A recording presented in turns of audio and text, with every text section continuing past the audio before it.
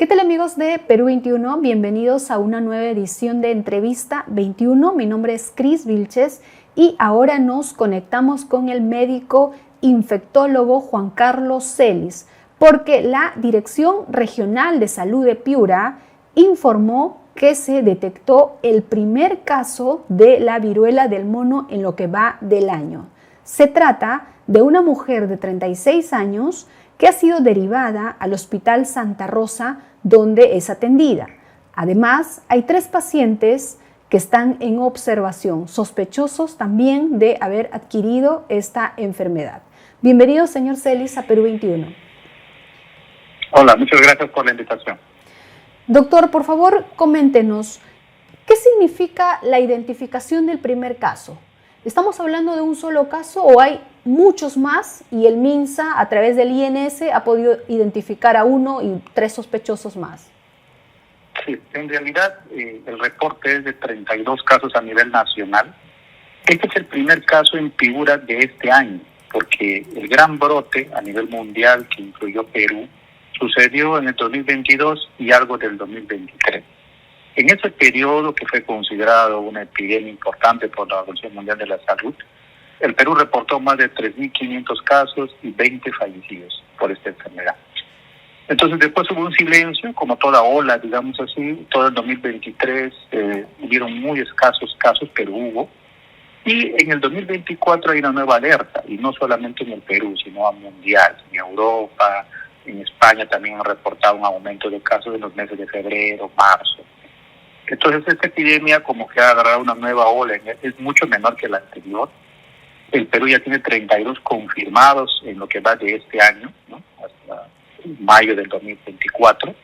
Y este es el primero que se reporta en Piura este año, y eso llama la atención porque, digamos, pueden estar sucediendo, y de hecho han reportado en Huancayo también, otro aumento de casos de viruela símica que se decía antes, viruela del mono, y ahora se le conoce como mpox, las siglas que ha adoptado la OMS ahora. Uh-huh.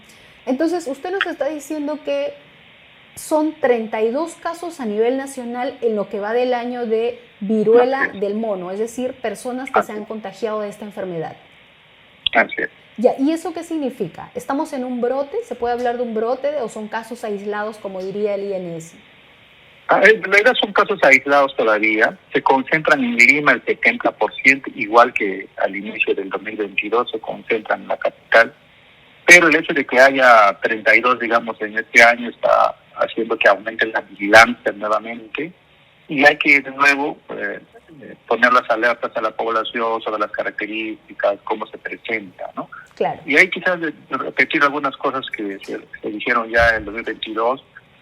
Esta es una enfermedad que se contagia de persona a persona por contacto muy íntimo. No es porque yo vivo al lado de alguien que esté enfermo solamente. Es un contacto íntimo. De hecho, tiene que ser un contacto muy estrecho, de piel a piel. Tanto es así que el 80-70% son por vía contacto sexual. Uh-huh.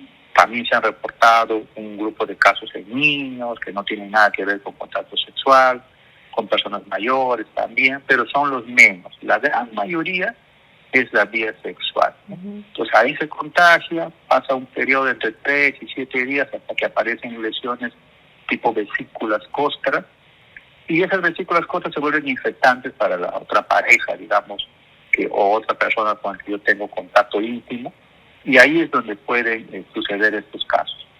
Entonces la recomendación nuevamente es que ante la aparición de estas lesiones tipo vesículas, pústulas, de hecho hay imágenes que la gente puede buscar en el internet para orientarse, pues si hay sospecha, pues acudir al centro de salud. No es que porque viva yo en la casa con alguien que tiene esto voy a contagiarme, para que se verifique el caso, porque se puede confundir con otras enfermedades.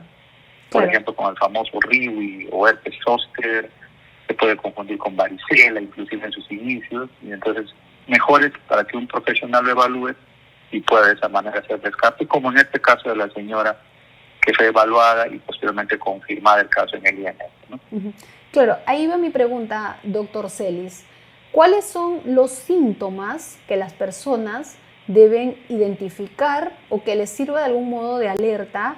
¿Y cuáles son los signos que los médicos puedan encontrar en el paciente para considerar como sospechoso de viruela símica y bueno, ya diagnosticar finalmente a través de las pruebas, ¿no?, que hacen. Sí, muy buena pregunta. Supongamos que yo he tenido un contacto íntimo, estrecho con una persona, ¿de acuerdo? Y después de ese contacto, que podría considerarse incluso un contacto de riesgo con alguien que no conozco muy poco, empieza a desarrollar inicialmente malestar general, como si fuera, entre comillas, una gripe, ¿no? Puede haber fiebre, en la gran mayoría de casos, por ejemplo, el 70% tiene fiebre. Y entre 3, como le decía, 3 a 7 días aparecen unas lesiones tipo vesículas costras, cerca a las áreas de contacto, que pueden ser las áreas genitales, la boca también, ¿no? Entonces, si aparece esa combinación entre malestar general, fiebre, aparece en este famoso rash, que es como vesícula costra, entonces yo ya tengo que estar sospechando de que esto podría tratarse de antes llamada viruela símica y ahora mpox. Entonces, para acudir a un centro y me puedan hacer el descarte de si se trata o no. Recuerden que la gran mayoría de personas la pasan, digamos, leve, muy poco porcentaje. ¿Quiénes son, por ejemplo, para que quede claro de que esto no es una cosa grave? ¿Quiénes son estos 20 fallecidos que se reportaron en el 2022 en el Perú? Todos ellos eran pacientes VIH en estadio avanzado, en estadio SIDA. Entonces tenían muy bajas defensas, se contagiaron teniendo muy bajas defensas y eso hace que esta enfermedad se comportó grave. La señora, por ejemplo, es una reportada en la misma Dirección Regional de Piura. La chica está pasando en casa, ella no tiene enfermedades que hagan que este cuadro sea grave, tiene lesiones perigenitales, lo están manejando con los síntomas, seguramente algunas cremas, antibióticos, los cuidados en casa. Y ella probablemente va a pasar como los otros 3.500 que se reportaron en el Perú, pues sin mayor complicaciones, no solo evitando, digamos, contagiar a otras personas. Uh-huh. No debería, doctor Celis, pero el MINSA, sabiendo que ya hay 32 casos confirmados de viruela del mono en el país, desarrollar una campaña de difusión y prevención del contagio de esta enfermedad. Sí, de hecho, nosotros, que yo soy past presidente de la Sociedad Peruana de Enfermedades Infecciosas, varios médicos, sobre todo de Lima, como repito, donde está la mayor cantidad, han estado reportando un aumento de casos en el mes de febrero, marzo, y eso lo sabe el Ministerio de Salud, ¿no? No hay que descuidar eso, porque ahora con estas alertas, pues siempre se tiende a veces a la alarma, y eso genera mayores problemas, a veces la discriminación, etcétera. Por eso es como tú dices que debería ya haber una campaña con este nuevo aumento de casos para nuevamente reforzar, ¿no?, la comunicación de riesgos, cómo prevenir, cómo identificar y que no se siga extendiendo la enfermedad. ¿Y qué medidas preventivas debe tomar la persona para evitar adquirir esta enfermedad? Buena pregunta. Como te decía, la mayoría del 95% de los casos hasta ahora, en todo el 2022, siguen siendo personas que tienen relaciones sexuales de riesgo, por ejemplo. ¿Qué significa? Pues encuentros no planificados, con parejas no estables, hombres que tienen sexo con hombres. Entonces, si yo sé que voy a tener una relación, o sé que tuve una relación íntima de riesgo, entonces ese es la primera prevención, es saber que eso puede aumentar mis probabilidades de que yo pueda adquirir esta enfermedad. Y si posterior a ello pues hago un síntoma como fiebre, un rash, inmediatamente acudir para yo también no contagiar a los demás. Eso sería en forma general. ¿Y cuál era, doctor Celis, el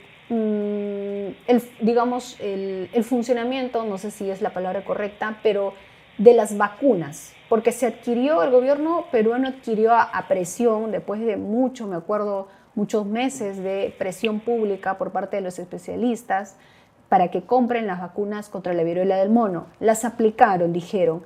Pero ¿cuál era la importancia de esta vacuna? ¿Cuál era su función en la persona?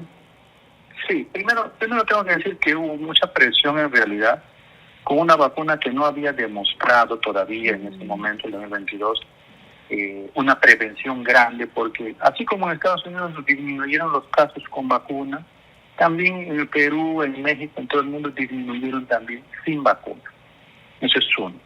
Lo que sí ha demostrado esta vacuna, ya con el pasar del tiempo, es que estas personas que tienen defensas muy bajas, como son los pacientes de VIH, trasplantados, personas que se someten a quimioterapia o tienen enfermedades crónicas que las inmunosuprimen, en ellos estas vacunas han demostrado disminuir la gravedad. Por eso es que el Ministerio, cuando ya adquirió finalmente las vacunas, en el 2023, las instaló fundamentalmente para los pacientes VIH en estadio avanzado, que no estén bien controlados. Entonces, existen las vacunas, de hecho aquí en Loreto, por ejemplo, hemos vacunado también a los pacientes avanzados. No hay un reporte del Ministerio que nos diga cómo ha ido esta vacunación, qué ha pasado con lo que les han vacunado. Algunos de ellos se han enfermado, algunos de ellos no, hicieron leve, hicieron grave, no tenemos esa información.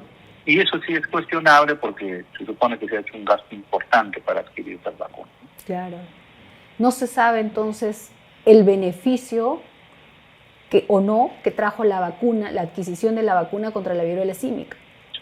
Así es. Y de hecho, yo por ejemplo, aquí tenemos un reporte en Loreto y en otras regiones de que muchos pacientes no completaron la dosis porque había que administrar 2 dosis. Entonces pusieron una, no regresaron, entonces no sabemos si eso es a nivel nacional, qué tanto fue, si todavía les toca a nivel nacional. Supongo que en el transcurso de estos días, por intervención de la prensa, van a explicar esto porque, como repito, es un tema que tenemos que retomarlo por el bien de la población. En este momento, ¿usted considera que el MINSA, digamos, con visión a futuro, debería ver el de comprar nuevas vacunas contra la viruela del mono? ¿Debería considerarlo? Sí, diría que si no hay el reporte anterior de que nos sirvió de algo esa vacunación.